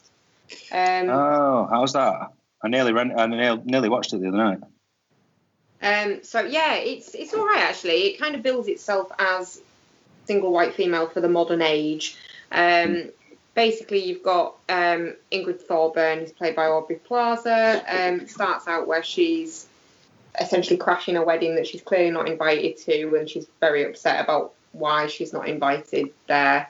As you go through the movie, you kind of see why she was not invited there, and it would appear that she's a bit kind of damaged from losing her mother, who she was really close to, and she picks Instagram influencers to try and befriend by putting herself into places that she sees from their Instagram that they're at or that they go regularly, buying things they buy, wearing clothes they recommend, and basically just becoming a copy of the persona that she sees on Instagram and then installing herself in their life. In the case of the character that she does it to, played by Elizabeth Olsen, she kidnaps her dog and then responds to a lost dog sign, and then from there she's in. And it just, she loses control over it after a while. Any slight rejection, she takes it very seriously, and then it escalates from there until it's in a bad place. And yeah, but it's an interesting one. It's a weird film. Yeah, it's an odd film, not like in the sense that it tries to be weird, tries to do anything weird. It's quite a linear film, but it's another one of those films where its message, it's a little bit like. Well, it seems to have a couple of messages that it's trying to get across, and they get a little bit muddied. One obviously is the dangers of posting all the elements of your life online, and the other is about sort of a self-acceptance kind of thing. She can't accept who she is, so she tries to become these people with the perfect lives that she sees on Instagram. And obviously there's also that whole thing of don't believe everything you see on Instagram, because not everything's as perfect as it seems, and it muddies the waters too much with the multiple points it's trying to get across. Yeah. But for all that, it's not a bad movie. No, it's enjoyable. It's the thing is, I have a little bit of a Aubrey Plaza can be sometimes a little bit too much for me. Yeah. I'm the same. She can be quite good, but also she can be a little bit too much. Like, right, you think you're too hot shit for this, and it's starting to get a little bit irritating. And she's one of those comedians who she thinks she's infinitely funnier than she actually is. Yeah. You don't think this because it's not a comedy, and No. B, her character doesn't think she's hot shit, so it does avoid those bits on it. Yeah, and she's actually quite good at it. She plays the unhinged quite well. She doesn't go over the top with it. I think No, it's quite a restrained performance. There's no OTT in it. Elizabeth Olsen plays her character perfectly. Elizabeth Olsen, she's always good in stuff. Wyatt Russell's very good in it as the kind of the douchebag who is so beyond all of this social media stuff, but actually isn't. He's just a prick. Is that the husband? Yeah. He's just as much of a prick as the rest of them. He's just he's trying to pretend he's not. He's too cool for it. He's so over it. Yeah, it is. So his artwork is. Shy. It's terrible. He's an artist in it, but his artwork is terrible, and it's the way that they've done it and what they've done with it to make it look like this could be the sort of shit that people would buy. I thought was perfect. And the fact that when she's looking at it, she's like, "Oh, so do you paint what the slogans are on as well?" And he's like, "No, I just put the slogans on. I buy them from yard sales." She just goes, "Cool." But she's trying to get in with them at the time, so she then buys one. It's a very mild recommend in the sense that if you're interested, like you said, Noel, if you were a little bit curious about it, definitely give it a watch. Yeah, it's worth a watch. Yeah. Well, that's the thing. I'm interested in the subject matter. It strikes me as the type of film that Claire will really want to watch as well. And I know it's on Now TV at the moment, I think. We watched it on Sky, so yeah, so that would make sense. So I mean, I'm not crazy about. I don't hate Audrey Plaza, but she can. I know what you mean. She can rub you up the wrong way a little bit. But yeah, I'll definitely give it a pop. One thing I would say on that note is she's not very Aubrey Plaza-y. No, she's not. And O'Shea Jr. is actually really good. He's really good in it, actually. Yeah, he is. He's really funny. Really funny, actually. Yeah, his weird character quirk is brilliant. Yeah. You'll like his weird character quirk, is what I'll say on that. Nice. Should we do? We'll get to that one. We'll get to that one last. I think Ian might have things. Ian might have things to say on that one. We watched China Moon. I'm sorry. I saw. This is one of those situations where you posted something. And I was like, why did I not know this existed? I want this in my life. Yeah. I about 10 minutes into it, I did think, how have I never seen this? How have I never seen this movie? This is such a me to watch movie. So, Ian, have you ever seen China Moon or heard of China Moon? No, but considering you two are kind of being a bit, this is my kind of thing, I think I know how this is going to go. Yeah, so it's a 1994 movie that's a neo-noir starring Ed Harris, Madeleine Stowe, Charles Dance, and Benicio del Toro. Of course it is. Just to give Ian more of a flavour of the film, though, I've just remembered what it was that caught me about it. I saw the cover, and it was the tagline. He thought it was passion, it was deceit. He thought it was love, it was murder. Yeah. I mean, that's just everything, isn't it? That's all you need. It's literally that is a tagline where you go sold. Yeah. So Ed Harris plays Kyle Bodine, who is a hotshot cop in the town that he lives in, and it's kind of like there's actually a saying that says, what is it? Murder somebody in whatever the town's called, I can't remember now. In wherever, and Kyle Bodine's going to get you. And literally, one of the characters says that. in the movie, and I think it's the coroner. Yes, it is. It's the coroner that says that. It was actually the coroner's played by Pruitt Taylor Vince in a very kind of early role for him. He's got hair and he's not that far.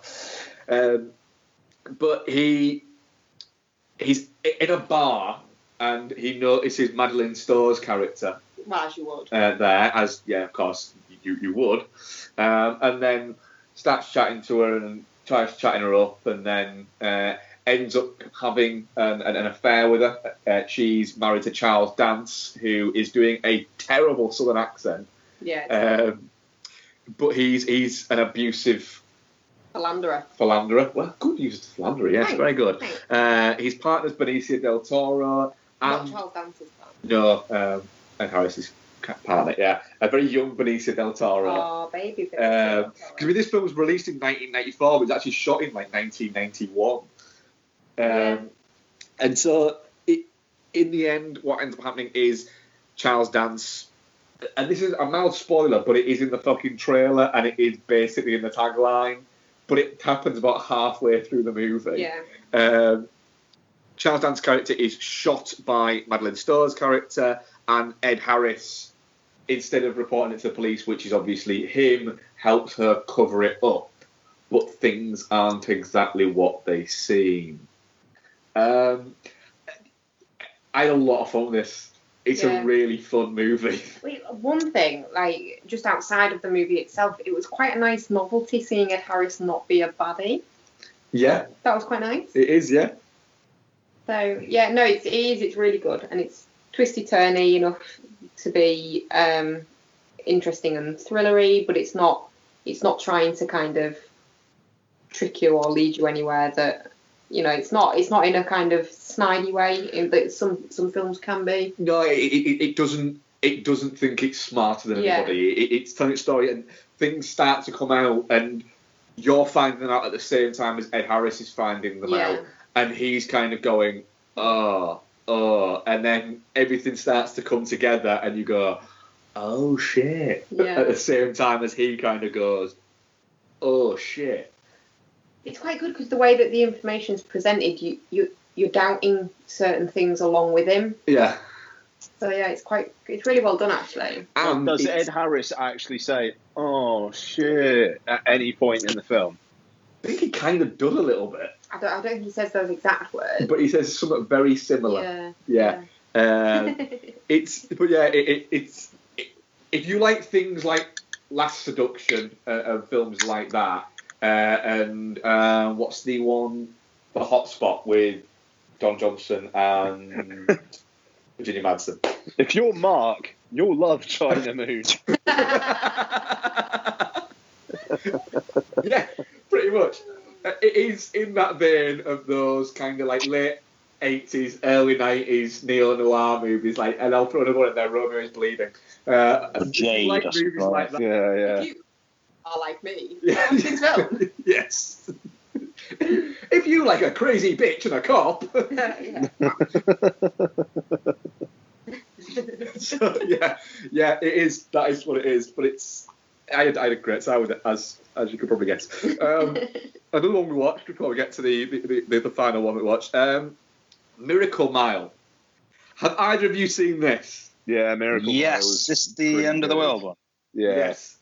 First watch for me, and it was one of those, like Noel just said, where I saw somebody put a poster up for it on Facebook, and I looked at it and thought, right, and they mentioned on it, said that they watched this on Netflix the other night and like that. I looked at it and thought, how have I never seen that? Why have I never seen that? It looks fantastic. And so we watched it literally like that day, I think. Yeah. And it's brilliant. It's fucking brilliant. It is very good. It isn't what I was expecting at all from the trailer, because the trailer makes it look a bit silly, and I was kind of expecting something like... Repo Man? No, something like... What's that film where he can see... He gets the glasses and he can see... They Live. Yeah, I was expecting something like that, like a bit kind of spoofy, and it just isn't at all. It's very bleak. It is, but do you know what it reminded? Which film it reminded me of? Go on. Running Scared, not the Billy Crystal one, the Paul Walker one. Right. I don't remember that film. It's fantastic, but in the sense of it's a guy who gets thrown into something fairly innocuous, and then things just start happening that just get weirder and fucking weirder, and everything just piles on top of it, and then boom. It's really good because obviously it keeps you guessing all the way through the film as to whether it's a hoax or not. Yeah. And it's kind of that mob mentality when people get stuff into their heads, and then there's a certain point in the movie where it becomes clear that, oh shit. But even before that point where, things are confirmed, they're like, people are looting and rioting and being generally unpleasant to each other, even prior to getting any kind of concrete information. And it's one of those where the rumour escalates. Yeah, the film is shining a light on the ridiculousness of human nature and how destructive we can become just with a small amount of information. And this is fucking 30 years nearly before social media. Yeah, so it's a little bit mental, yeah. But yeah, I had a thoroughly great time with it. It will fall into quite a sort of heavy rotation with like. Yeah. But yeah, it's a brilliant time, and like I say, I was quite taken with it. Yeah, you were quite keen, weren't you? It is very good. It's just I didn't expect it to be as bleak as that. I would like to rewatch it, knowing that it's not like. I loved the bleakness of it. Yeah, well, that says a lot about your soul. But I like but also I thought that the whole Anthony Edwards. The opening bit in the where is it? Is it the tar pits where he's kind of like courting Mayor Wingham without actually saying anything to her and just showing up and just being really fucking charming with those kids and stuff. It's just it's got a sweetness to it that comes from there, and then it just builds into this. Oh, in the museum-y bit. Yeah. Builds into this madness towards the end. Yeah, really liked it. Finally, we watched A Wrinkle in Time, which you watched last week, didn't you, Ian? And we said we'd watch this week so that you could talk about it. Yeah, so I don't think Noel's heard my opinions on A Wrinkle in Time yet. So, this will be interesting. Yeah, no, I think you've mentioned it on the show, haven't you? Oh, you said you hadn't listened to the last week's show yet? Or maybe I've listened to a bit of it, I'm not sure. No, but yes. Okay. I'm all ears. I'm very fucking intrigued to see what these two thought of it. What did you think first, Bex? I mean, don't get me wrong. It's got its flaws. It's got many flaws. It's not a particularly pretty film. It's not a great acted film, and the kids are obnoxious as fuck. But I didn't hate it, and I really expected to, because pretentious kids and Oprah Winfrey are really not my bag, but it really reminded me of films that when Isabel was younger that I used to watch with her, stuff like Spiderwick Chronicles type films and Labyrinth and things like that. Just, if you watch those now as an adult having never seen them, you'd probably be like, well, this is shit, this ain't great. But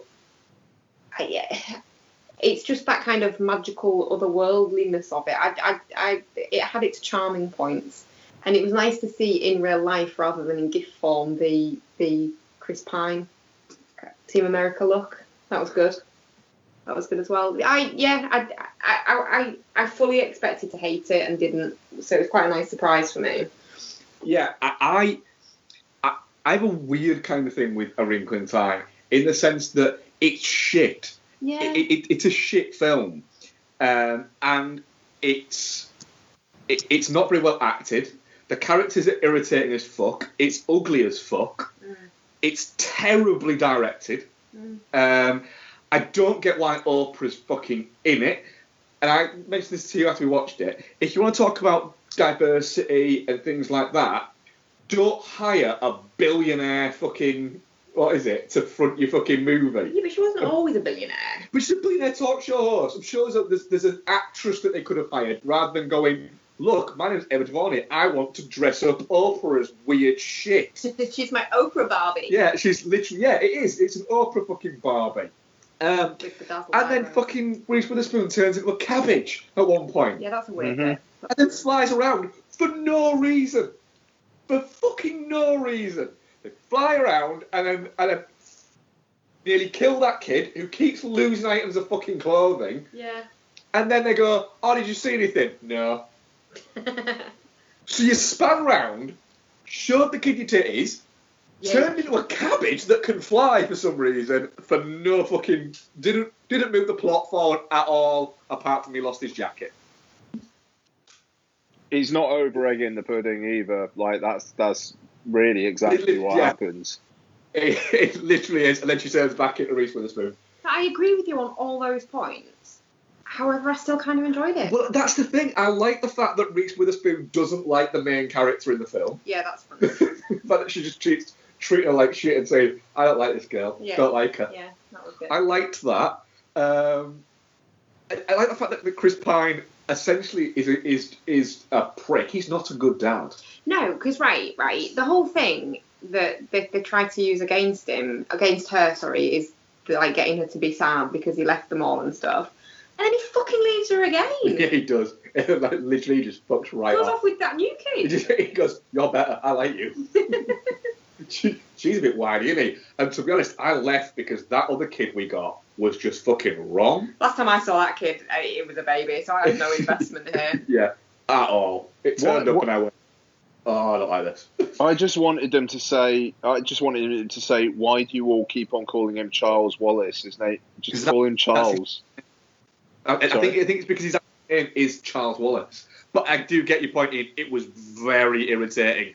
And that kid is the most obnoxious fucking stage school kid in the world. I was about to say that kid can die. 5 years ago, I might have said that. I probably wouldn't go quite that far now, but that kid is the worst. He is a little cunt. The bit where he's supposed to be like, I don't know what, possessed by the it. Yeah. When he's all acting all like cocky and shit, that is amongst the worst things that I've seen on screen. Literally, because I get the feeling he was so good at it that if you were on set, you'd have fucking punched him. Yeah. He acted it really badly. It was like when someone tries to do drunk acting. I wanted to punch him. Well, yeah, but I don't think that's what they were going for. I don't think they were. I really wanted to fucking punch him. Yeah, he was annoying. Yeah. The other kid was alright. What? I want to say Caleb, but I know that's Tyler? No. Kyle? What was he called? Benji. No, that's definitely not. Calvin, that's it. Yeah. Calvin. He was all right. I liked him. He was. Oh, Ian. Right. There's a bit where one of them refers to Meg by her full name. Yes. Did you know that? We have to rewind this. Is she called Meglin? No, she is called Meglin. We rewound it. We rewound it. She's called Meglin. I'm going to defer to you on that. I don't remember that, but Meglin. It's called Meglin. Yeah, we did Hey Siri go about 30 seconds, and it was Meglin. Yeah. And then every time she got referred to by her name through the rest of it was like Meglin. Yeah. There's that fucking film. Zach Galifianakis literally playing the same character as in The Hangover. Oh no, he was slightly more coherent. I'm not sure. He did seem... I liked him in it. I thought he was funny. He was fine, but he did seem... So many people felt like they were out of other movies. Right, so hang on a minute. The Mrs. Who thing, the Mandy Kaling thing, that... Mindy. Yeah, Mindy. That fucking baffled me. So when she's got low power because she's near the it thing, she can talk normally, but when she's not, she has to talk in quotes. And she used Shakespeare twice. It is Shakespeare. That's fine, but there are a lot of other writers they could have used. Yeah. They didn't need to use Shakespeare twice. They could have done another Lin-Manuel Miranda one. Yeah, and they did an Outcast one. They did. It was... It's an absurd film. It's a geostorm for me, though. It needed somebody. I imagine there was one producer amongst all of the others when they screened it to everybody, and everyone went, "This is brilliant. This is brilliant." There was one who got up and went, "I'm gonna get a hot dog." And as he walked out, he just went, "That was shit," and then never went back. Never went back because he damn faced them all to see what they said. It's the film fucking equivalent of Drake. Eventually, somebody's gonna go, "It's a bit shit, that, wasn't it?" I think a lot of people no, but somebody who right now is involved in it and he's saying, and it's not even, it is the antithesis of when people say, "Oh, at least it was ambitious." Fuck off. No, it wasn't. It was just shit. I liked the concepts it was going for, and I liked that it was trying to be a bit smarter than the average bear, but it's also a fucking awful film. It is an awful film. It is. But in saying that, I did enjoy parts of it. I have to say, I think a lot of my acceptance of this film as and saying, "Do you know what, I actually quite enjoyed it," is because it really does make me think of films that I watched with Isabel when she was younger and will have watched repeatedly with Isabel when she was younger. I think I enjoyed watching it more than I enjoyed the film, if that makes sense. Yeah, I enjoyed the experience of me and you watching it. And being honest, kind of taking the piss a little bit. Well, we do enjoy doing that sort of stuff, don't we? Yeah, and so that was more fun than probably the movie that was actually playing in front of us. Yeah. Maybe we should sit in separate rooms and watch it again and see what we think. I think I can't watch it again. I can't. No. I think it sounds more fun the way you said that, then I think I'd just do it that way. Just watch it and take the piss. That sounds way more fun. Yeah, it was. It is. Sometimes you just need that. Yeah. Ian, if you do ever revisit it, just listen out for it. She's called Meglin. Meglin. No, I'm never going to watch it again. No, Meglin. Actually, our enjoyment of the film significantly went up once we realised she was called Meglin. Yes, it did actually. Meglin. So yeah. Fucking Meglin. Right. So we've got no more questions. Have we got any questions? I think we do. I'm pretty sure we do. I think we've got at least one. Rick There's J. two that I'm Oh, yes. Love it. I think we got one earlier in the week as well. I've got them, yeah. I've got two here. But You're exchanging, so from Thomas DJ at Nocturne Tom DJ, you're exchanging DVDs with a parallel universe version of yourself. What thing that doesn't exist here but exists there would you ask for? He gives, for instance, give me season 4 of Veronica Mars and Hannibal and a third Phibius film. I'll take Edgar Wright's Ant-Man. Oh, yeah. Oh, no. I'd take Tim Burton's Superman Lives. Oh, right. Nice. Can I take a DVD collection?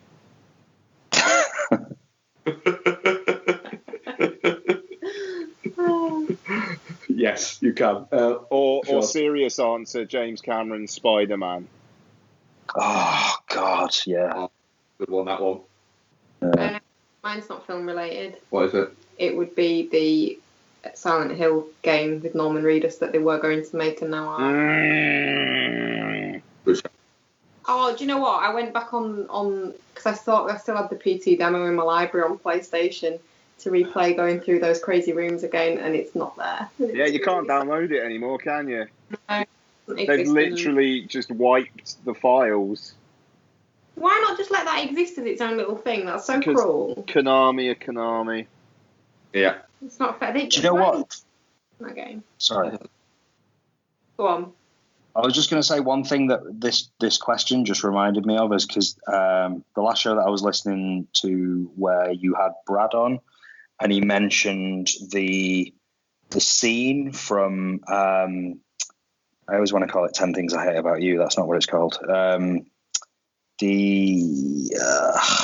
what's that movie called? With James Van Der Beek in it, where he's Patrick Bateman's brother. Rules of Attraction. Where he mentioned that scene, and that felt like, so I immediately went to I stopped listening and I immediately went to the internet and found that felt very much like that, like, because that film, you always sort of knew that he was a Bateman, but it was never sort of really dealt with or mentioned. So to just see him phone his brother up and then just get a different Patrick Bateman, and it's what's he called? I've forgotten his name. Casper Van Dien. It was just like, that felt like something had just arrived from another world. It was fantastic. Yeah, absolutely brilliant. What would mine be? Mine would be the sequel to Gladiator that Nick Cave wrote, where That's a good shout. Maximus was trapped in hell and had to fight his way out of hell. Jesus. Did you not? Yeah, Nick Cave. I don't think I've heard of that. Yeah, Nick Cave wrote a sequel to Gladiator where Maximus is trapped in hell and has to fight his way out of hell to get to heaven to be with his daughter and his kid. Wow. Christ, I'm changing my answer. That's yeah. And apparently, Russell Crowe read it and was like, seriously wanted to make it, but with Scott was, I don't do sequels. Oh, brilliant! Give me another reason to hate Ridley Scott more. Why don't you? Yeah, I literally. He's all about the sequels now, though, isn't he? The prick. I literally think Ridley Scott didn't want to make that just because somebody else was excited about it, and he's a sneaky. I bet he'd do it now, wouldn't he? Yeah. I bet he looked at it and went, nah, that's more Tony than me. Mm. And Tony went, could he be a cop? And can I cast Denzel Washington? So what, out of interest, what year do we think theoretically that film might have come out? Let's see what Ridley Scott did instead, shall we? Oh, God. It would have been like... 2003, was it? Fucking when was Hannibal? I think that was 2001. Because Hannibal was like directly after Gladiator. So what was after that then? Black Hawk Down? So Gladiator, Hannibal, Black Hawk Down. That was only 2001 though, so you probably would have been looking at either Matchstick Men or Kingdom of Heaven. I think it might have been Kingdom of Heaven he was making instead. Yeah. You're welcome. Yeah, Kingdom of Heaven. Fucking hell, yeah, wow. Director's Cut's not that bad. Director's Cut's pretty good. I've never seen it. What else have we got? Other question have we got? We have got another one somewhere. Rick J. There we go. At Rick J. Kidd. Jason Statham has taken on Vin Diesel and The Rock in recent years. He's about to take on a giant prehistoric shark in The Meg. What/who should he take on next? All right, God, and it should be called God Botherer. I'd watch that. Jason Statham is the God Botherer. The God Botherer. I was gonna say Crank 3 is the correct answer anytime anyone asks what Jason Statham should do next, but he could also join the Friday the 13th franchise for Jason versus Jason. Oh, shit. I'd watch that. I would. I'd watch that. What's yours, Bex? What do you reckon? I wouldn't mind seeing a crossover kind of movie where he takes on John Wick. That'd be quite good. Oh. Jason Statham versus John Wick. Yeah. I don't know. I couldn't call that. Couldn't call that fight. Do you know what? I could see that happening though. Yeah. I could see him getting cast in the John Wick universe. Yeah. Do you know what mine will be? Go on. But right, if he was in the John Wick universe, initially. Why are you attacking me? Well, no, because they're both goodies, aren't they, really? So initially they'd be like against each other, and then they'd realise they were both really fighting for the same cause, and then they'd fight together. That's my thinking on it. Yeah, I wouldn't want to root for either. Jason Statham's cat got killed. Yeah. Yeah, but they were both in the throes of battle, and Jason Statham was about to stab John Wick in the head, and they both realised that their pets shared the same name. And then they buddied up. Oh, yeah. Both their pets were called Martha, and everything was fine after that. Oh, absolutely, that needs to happen. Mine would be just Jason Statham's character from Spy for 2 hours trying to get to sea from that lake. And to Very be good. determined that he will get to sea from that lake. I'd like to see Jason Statham's character from Spy finally get like one of those masks from Mission Impossible though. No, from Face Off, the Face Off machine. Yeah, but he really means Mission Impossible, doesn't he? Because it's spy related. Yeah. So yeah, that'd be my answer on that one. Yeah, I think we're pretty much coming to the end of the show now, aren't we? On that. Well, there's one more question. Is there? Sorry, I must have missed that. Yeah. Go on, We have had Ant-Man fight Yellow Jacket and the Wasp. Presumably, this means the next film is an MCU Transformerverse crossover with Ant-Man versus Bumblebee. Which cast member? I mean, you got to get to the question here. Which cast member of Ant-Man would you like to see a robot piss oil all over? My answer is 1970s. Yeah. My answer is 1970s Michelle Pfeiffer. Why? Just for sexual reasons. Oh,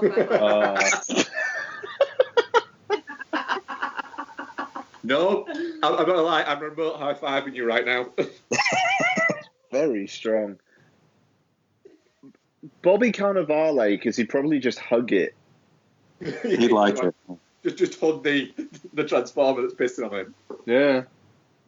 You get the feeling with Bobby Cannavale, it wouldn't be the first time that had happened to him. No, he'd just be throwing fucking 50s. I want to say the cop guy, but only because in my head the image of him getting pissed on by the robot, he's like got his arms out to either side and his head up and he's spinning around with a big grin on his face. Randall Park. Yeah. Fair enough. What's yours, Ian? Bobby Cannavale. Oh, you said Bobby. Fucking hell. I'm having a fucking horror show today. Have I got to do one now? I do, don't I? Yeah. All good will be taken. Yeah, well, it's got to be Michael Douglas in Disclosure.